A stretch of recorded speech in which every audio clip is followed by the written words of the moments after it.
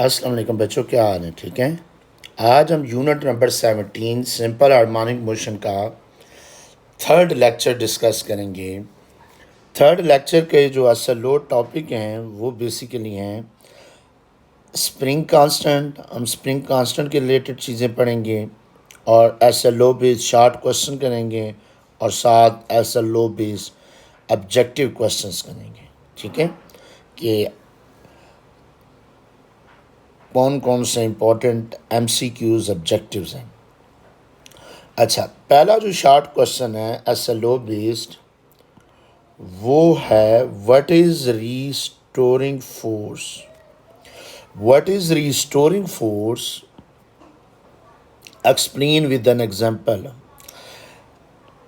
अब जो restoring force होती है वो क्या करती है? The force which can keeps a body to and fro motion. जो रिस्टोरिंग फोर्स होती है ये असल में बॉडी को मूव करवाती है आगे पीछे। सिंपल हार्मोनिक मोशन में जो बॉडी आगे जाती है खुद ब खुद वापस आती है वो रिस्टोरिंग फोर्स की वजह से होती है। रिस्टोरिंग फोर्स को हम FR से रिप्रेजेंट करते हैं।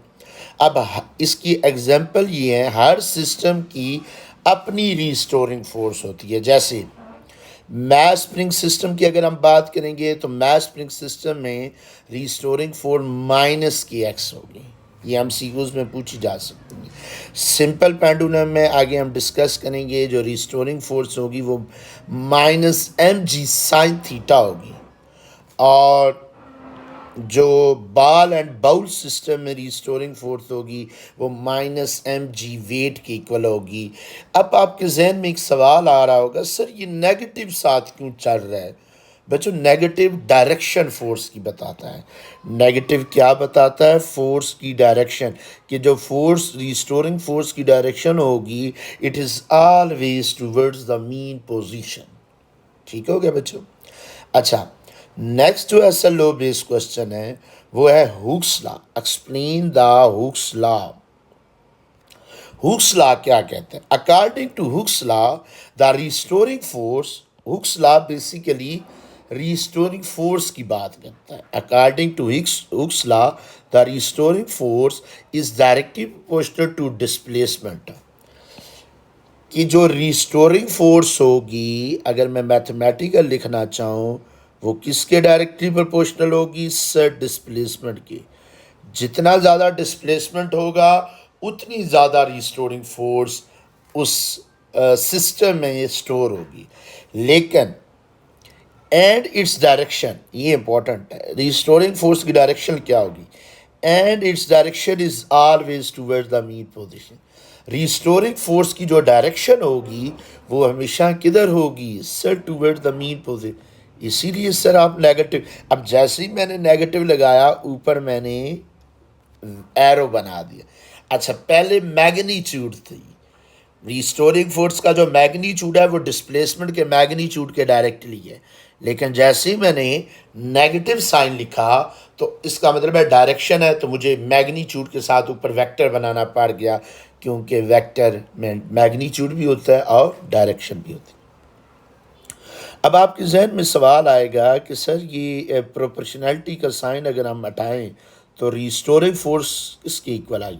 प्रोपोर्शनैलिटी का साइन हटाएंगे तो कोई ना कोई कांस्टेंट आएगा और ये आपके पास आ जाएगी -x। और यहाँ पे जो कांस्टेंट होता है वो आपके पास k होता है। बच्चों, क्या कांस्टेंट होता है?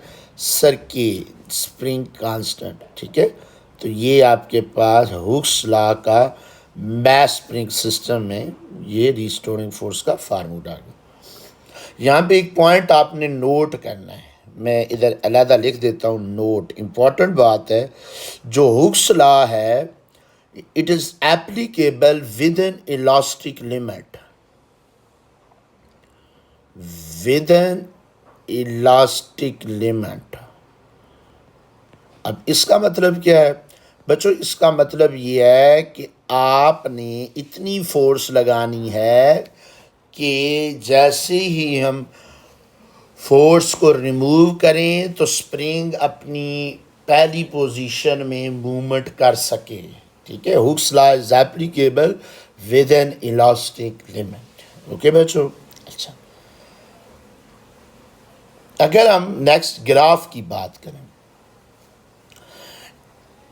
Restoring force versus displacement. अब हमने ऊपर अभी पढ़ा है कि जो रिस्टोरिंग फोर्स होगी वो डिस्प्लेसमेंट के डायरेक्टली है। यहाँ से पहली बात ये समझ आई कि अगर रिस्टोरिंग फोर्स और डिस्प्लेसमेंट का ग्राफ बनाया जाए तो ग्राफ स्ट्रेट लाइन बनेगा या लीनियर ग्राफ बनेगा। ठीक है, क्यों? क्योंकि सर डायरेक्ट रिलेशन है। डायरेक्ट में एक चीज़ जितनी बढ़ती है तो दूसरी चीज़ भी उतनी ही बढ़ती है। अब आता है कि स्ट्रेट लाइन तो आएगा, ग्राफ दिखने में कैसे होगा? ग्राफ ये है बच्चों, सेकंड और फोर्थ क्वाड्रेंट में आएगा। अब ये कैसे सर? बच्चे देखें, रिस्टोरिंग फोर्स जो है वो -x की डायरेक्टली है। रिस्टोरिंग फोर्स जो है वो डायरेक्टली प्रोपोर्शनल है -x के। अब जब x की वैल्यू पॉजिटिव होगी, जब x की वैल्यू पॉजिटिव होगी तो रिस्टोरिंग फोर्स पॉजिटिव नहीं होगा बल्कि नेगेटिव होगा। क्यों? x की वैल्यू पॉजिटिव है सर, बाहर भी तो नेगेटिव है ना, पॉजिटिव नेगेटिव नेगेटिव हो जाएगा।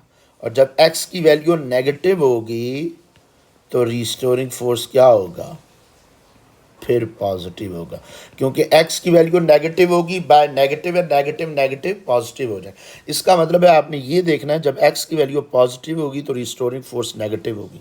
यहाँ x की वैल्यू पॉजिटिव है, यहाँ x की रिस्टोरिंग फोर्स नेगेटिव है, तो ये पॉइंट ये बनेगा, लोकेट होगा। ठीक है।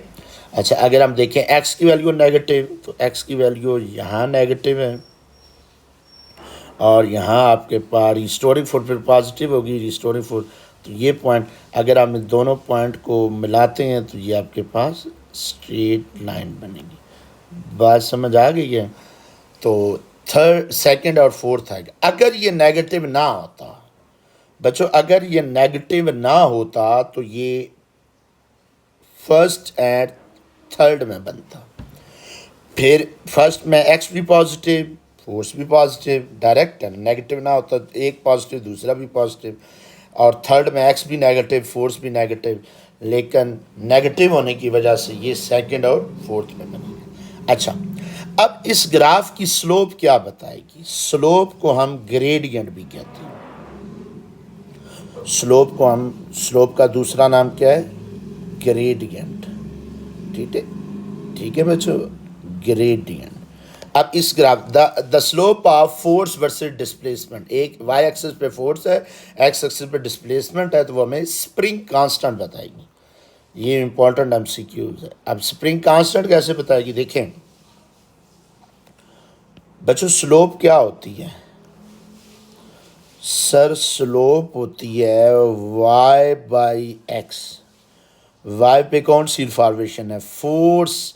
पहले फोर्स का वर्ड है तो फोर्स वाई एक्सिस में आएगी, versus versus displacement x axis में आएगा। डिस्प्लेसमेंट एक्स, तो फोर्स डिवाइडेड बाई एक्स, तो फोर्स डिवाइडेड बाई एक्स, चाहे वो रिस्टोरिंग फोर्स हो, के आएगा। ठीक है, क्योंकि F इज इक्वल टू के एक्स होता है। बात समझ आ गई है? तो अगर आप फोर्स को डिवाइड करेंगे एक्स के नीचे, अब आप कहेंगे सर यहाँ नेगेटिव साइन नहीं आएगा। बच्चे नेगेटिव डायरेक्शन बताता है, हम मैग्नीट्यूड की बात कर रहे हैं ना। ठीक है, और फोर्स आप बोलें या रिस्टोरिंग फोर्स बोलें, बात एक ही है। तो इस ग्राफ की जो स्लोप है वो आपके पास स्प्रिंग कांस्टेंट बताएगी। अच्छा, next question, what is spring constant?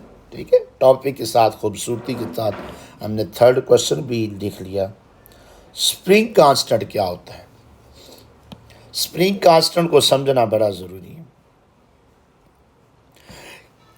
The force, spring constant की डेफिनेशन है the force per unit extension or length.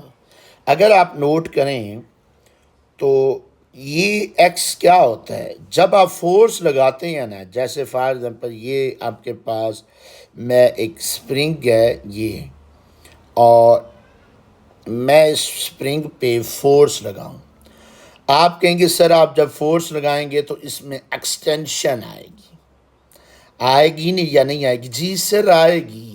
ये लेंथ कवर करेगा, एक्सटेंशन या लेंथ इसमें इंक्रीज्ड होगी जब आप फोर्स लगाएंगे। तो फोर्स के लगाने से जो एक्सटेंशन आती है उसकी जो रेशो होती है उसको हम कहते हैं स्प्रिंग कांस्टेंट। स्प्रिंग कांस्टेंट को के से रिप्रेजेंट करते हैं और ये होती है फोर्स बाय एक्स या force by length, force by x या फोर्स बाय लेंथ।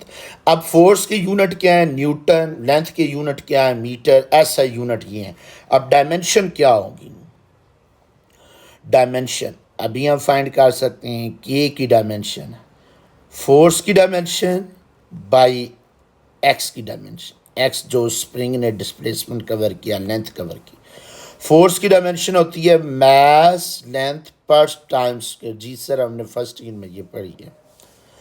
एक्स की डायमेंशन लेंथ होगी। एक्स की लेंथ क्यों होगी? अच्छा, एक्स डिस्प्लेसमेंट होता है, डिस्टेंस होता है, लेंथ होती है, उसके यूनिट मीटर होते हैं, तो लेंथ वाली होगी। जी, लेंथ लेंथ के साथ कैंसिल हो जाएगा तो ये आपके पास आ जाएगी मैस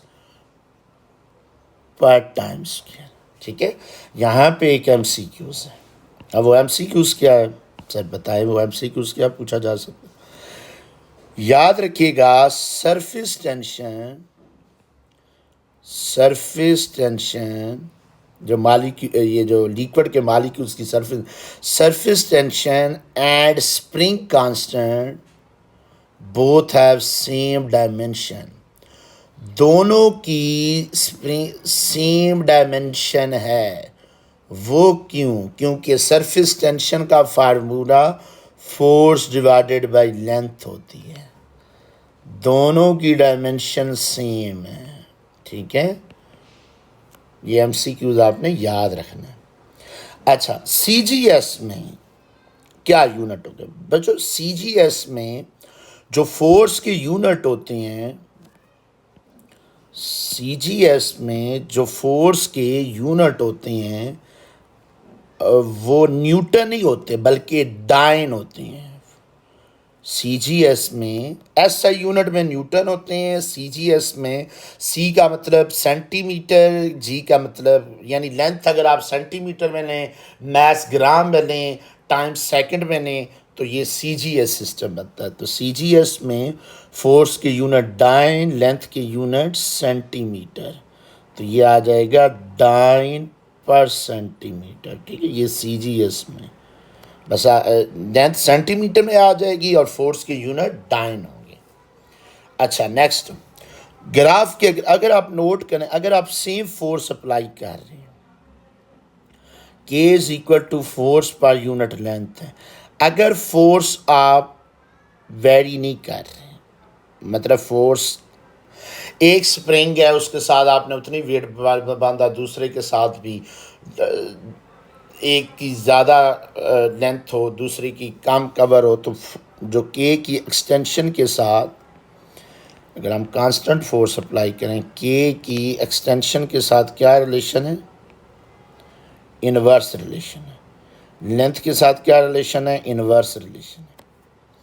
तो जो ग्राफ बनेगा वो ये कर्व वाला बनेगा के का लेंथ के साथ। अच्छा, the slope of force versus displacement graph, यह भी ऊपर आपको मैंने बताया है कि slope of force versus displacement graph.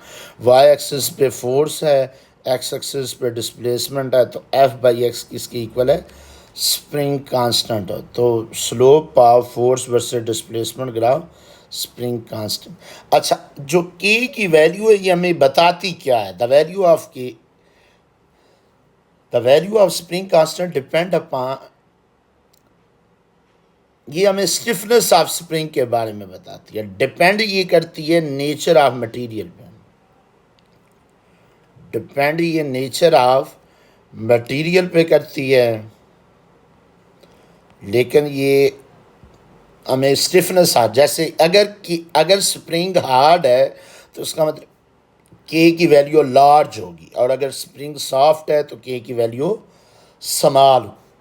ठीक है बच्चों, हर स्प्रिंग की अपनी स्प्रिंग कांस्टेंट की वैल्यू होगी।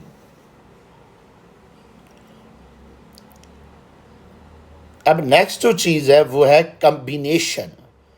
Combination of spring constant. अब दो तरह के कम्बिनेशन होते हैं।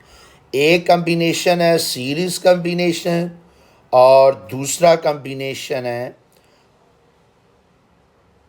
Parallel combination. ठीक है, अब बच्चे कुछ कहेंगे सर ये बुक में नहीं है। बच्चे जो आपके एसएलओ पे इस क्वेश्चन आते हैं वो भी बुक में नहीं होते। ठीक है, मेरी बात समझ रहे हैं आप? फर्स्ट ईयर दे के आए, आपको बेहतर अंदाज में पता।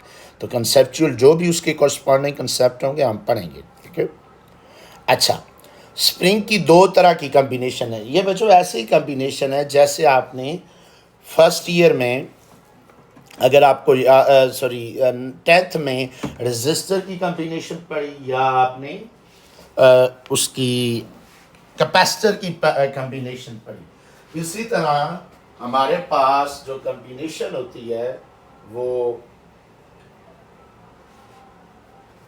इसकी कम्बिनेशन भी ऐसे ही होती है। ठीक है,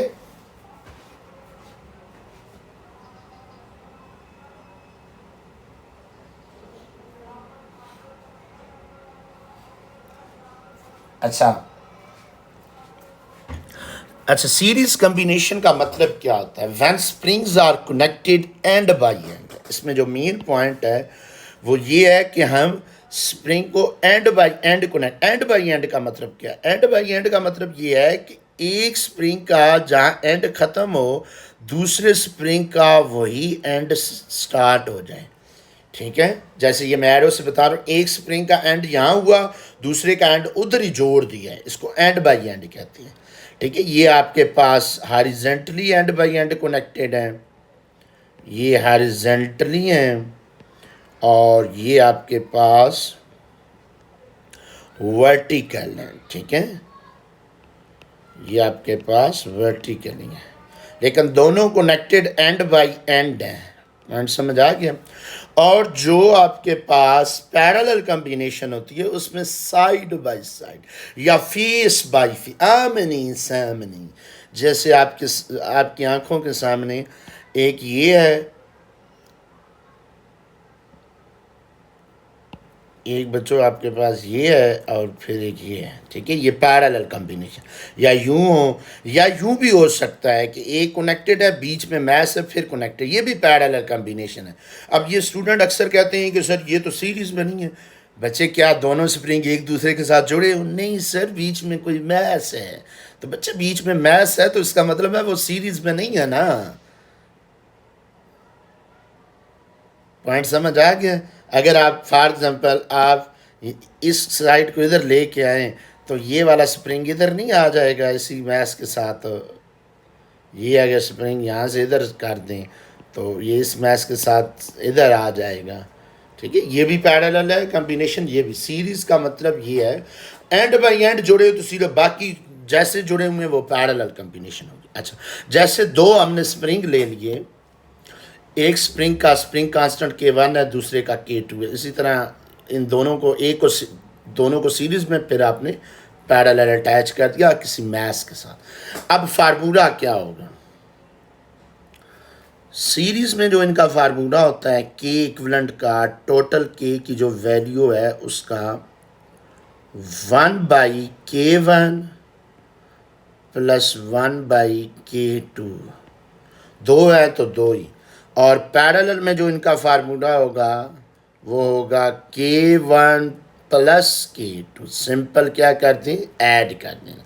अच्छा, अगर सर n स्प्रिंग हो तो उसी को nth तक लिखना है। 1/K equivalent is equal to 1/K1 plus 1/K2 plus so on and पे 1/Kn। और अगर यहाँ पे भी ऐसे ही आप जर्नल इनका जो फार्मूला आएगा K1 plus K2 and so on Kn। ठीक है बच्चों? अच्छा, रिजल्ट बड़ा खूबसूरत है। The equivalent value of spring constant, the equivalent value of spring constant in series company always less than individual value. अब ये रिजल्ट समझने के लिए मैं आपको एक एग्जाम्पल से आपको समझाता हूँ। कि सीरीज़ में जो इक्विवेलेंट वैल्यू होती है वो इंडिविजुअल से लेस कैसे होती है, कि इंडिविजुअल से लेस कैसे होती है। ये मैं आपको समझाने के लिए आपको एग्जांपल से समझा। जैसे फॉर एग्जाम्पल बच्चों, मैं दो स्प्रिंग लेता हूँ। मैं कहता हूँ एक स्प्रिंग की वैल्यू 10 है और दूसरे की जो वैल्यू है वो 5 है। ये दोनों सीरीज़ में लगी हुई हैं। आप कहेंगे सर सीरीज़ में लगे हुए हैं तो के की इक्विवेलेंट की इनकी जो फार्मूला होगा वो होगा 1/k equivalent plus 1/k1 k2। 1/k1 10 है, 1/k2 5 है। एलसीएम आ जाएगा 10, 1 प्लस 5 2 10, तो 3/10। ये आपके पास आ गया 1/k इक्विवेलेंट। हमें चाहिए के इक्विवेलेंट, उलट कर लेंगे। के इक्विवेलेंट आपके पास आएगा 10/3। ठीक है, 1/k इक्विवेलेंट आया 3/10, उसको उलट किया, हमें के इक्विवेलेंट चाहिए तो यह है 10/3 और के इक्विवेलेंट क्या आया 3.3। आपने दो स्प्रिंग लिए, उनकी वैल्यू ले ली 10 5, कोई भी वैल्यू ले सकते हैं। ठीक है, उनको जब आपने सीरीज में लगाया तो आपका आंसर क्या आया 3.3 आया ना, राउंड अबाउट, ऐसा ही है ना। तो इंडिविजुअल वैल्यू क्या है, एक 5 है दूसरी 10 है, तो इंडिविजुअल वैल्यू से छोटा आया है या बड़ा है सर। जो के इक्विवेलेंट की वैल्यू सीरीज में 3 आई है ना, वो इंडिविजुअल से लेस आई है। आप बच्चों कोई भी वैल्यू ले लेंगे ना, कोई भी वैल्यू ले लें, चेक कर लें, हमेशा जो सीरीज में टोटल के की वैल्यू आएगी, इक्विवेलेंट के की वैल्यू, वो हमेशा लेस होगी इंडिविजुअल से। जो आपने 2 या 3 के स्प्रिंग चूज किए होंगे उनकी वैल्यू से कम आएंगी। लेकिन पैरेलल में ये उलट है, पैरेलल में बच्चों ये उलट है। वो सर कैसे? The equivalent value of spring constant in parallel combination is always greater than। Greater क्यों होगी? अच्छा सर इसमें सिंपल ऐड हो जाएंगी। जैसे फॉर एग्जाम्पल मैं कहता हूँ कि वही दो स्प्रिंग हैं, एक 10 है और दूसरे की वैल्यू 5 है, न्यूटन पर मीटर में, यूनिट नहीं लिखना। के इक्विवेलेंट पैरेलल में आप कहेंगे सर इन दोनों को ऐड कर दें। क्या कर दें? ऐड कर दें। दोनों को ऐड किया तो 15 आया। इंडिविजुअल से बड़ा आया या नहीं आया? जी सर 10 इंडिविजुअल है, उससे बड़ा ही आएगा। क्यों? इसमें सर जर्नल ऐड हो जाते हैं ना, प्लस हो जाते हैं, तो कॉमन सेंस से आंसर बड़ा आएगा। वहाँ 1/1 होते हैं सीरीज में, इसलिए ये काम आता है। ठीक है, ये पॉइंट नोट हो गया है। उस डेफिनेशन के कंसेप्ट को मैंने आपको आपकी आंखों के सामने समझा भी दिया। अब आइडेंटिकल की अगर हम बात करें, अगर आइडेंटिकल स्प्रिंग हो, इस पॉइंट को ज़रा आपने समझना है। मैं कहता हूं कि 5 स्प्रिंग हैं, 5 स्प्रिंग हैं, हर किसी की वैल्यू 5 है। 5 स्प्रिंग है, हर किसी की वैल्यू क्या है, या 10 है, सेम है ना, आइडेंटिकल है। उनकी के की वैल्यू 10 है, 5 है, तो उनकी के इक्विवेलेंट बताएंगे। तो के इक्विवेलेंट का फार्मूला होगा K/N, शॉर्ट ट्रिक। के क्या है? उनकी वैल्यू है, और N क्या है? नंबर ऑफ आइडेंटिकल स्प्रिंग है। ये आइडेंटिकल स्प्रिंग की बात करेगा। ठीक है, ये आइडेंटिकल स्प्रिंग, और कि जैसे मैं कह रहा हूँ कि 5 स्प्रिंग हैं तो N की वैल्यू 5 है, सारे आइडेंटिकल हैं, उनकी के की वैल्यू हर किसी की 10 है। तो एक स्टूडेंट कहेगा सर मैं 1/10 1/10 1/10 1/10 5 दफ़ा 1/10 करके एलसीएम ले, नहीं, आप शॉर्ट ट्रिक याद करें ना, आंसर 2 आ जाएगा। ठीक है, लेकिन अगर वही आइडेंटिकल है, पैरेलल में लगे हुए हैं, तो N के फार्मूला आएगा। क्या आएगा? N की। जैसे मैं कहता हूँ कि कितने हैं? 5 हैं, हर किसी की वैल्यू कितनी है? 10 है, तो आंसर आ जाएगा 50। आप वैसे भी फार्मूले में पुट करें ना, K1 की वैल्यू 10 है, K2 भी 10 है, K3 भी 10 है, K4 भी 10 है, K5 भी, अच्छा सारे 10 है, 5 है, तो 50 ही बनता है सर ऐड करें तो। ये तो शॉर्ट ट्रिक है। जी हाँ, पॉइंट समझ आ गया। अच्छा, नेक्स्ट जो है SLO बेस्ड क्वेश्चन, इसमें कहता है what happen to the frequency of mass spring system if its length of spring is cut into 1/3। यानी वो कह रहा है कि लेंथ को आपने, स्प्रिंग की जो लेंथ को 1/3 करना है, तो आप बताइए फ्रीक्वेंसी पे क्या फ़र्क पड़ेगा मैथ स्प्रिंग सिस्टम। अगर मैथ इस तरह के स्लो बेस क्वेश्चन आते हैं, अगर फ्रीक्वेंसी का फार्मूला लिखे ना मैथ स्प्रिंग सिस्टम, वो आता है √1/2 पाई इंटू K/m। ये लास्ट लेक्चर में हमने निकाला था। अब जब आप स्प्रिंग को कट कर रहे हैं तो मैथ तो चेंज नहीं करना, मैथ तो वही आपने अटैच करना है ना, मैथ तो वही रहेगा, मैथ चेंज नहीं होगा, मैथ को छोड़ देंगे। 2 पाई अल्लाह ने कांस्टेंट बनाया हुआ सर, तो फर्क किस पे पड़ेगा बच्चों? फर्क पड़ेगा स्प्रिंग कांस्टेंट पे। अब स्प्रिंग कांस्टेंट पे कैसे फर्क पड़ेगा कि अगर लेंथ 1/3 होती है, इफ लेंथ विल बिकम 1/3, अगर लेंथ जो है वो क्या होती है 1/3,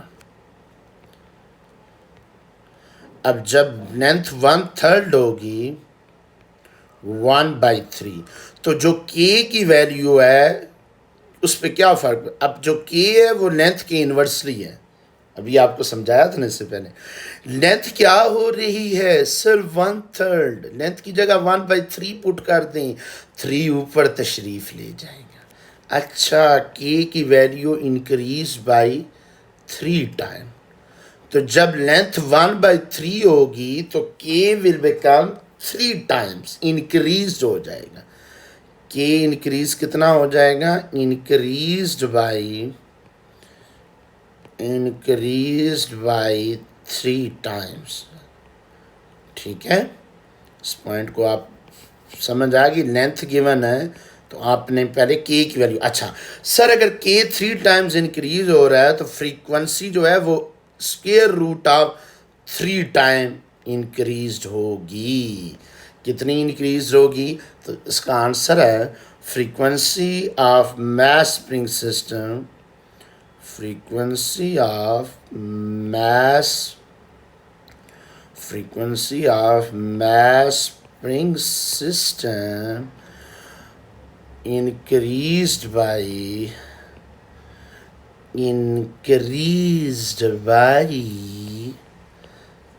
square root of 3 टाइम। बात समझ आ गई है?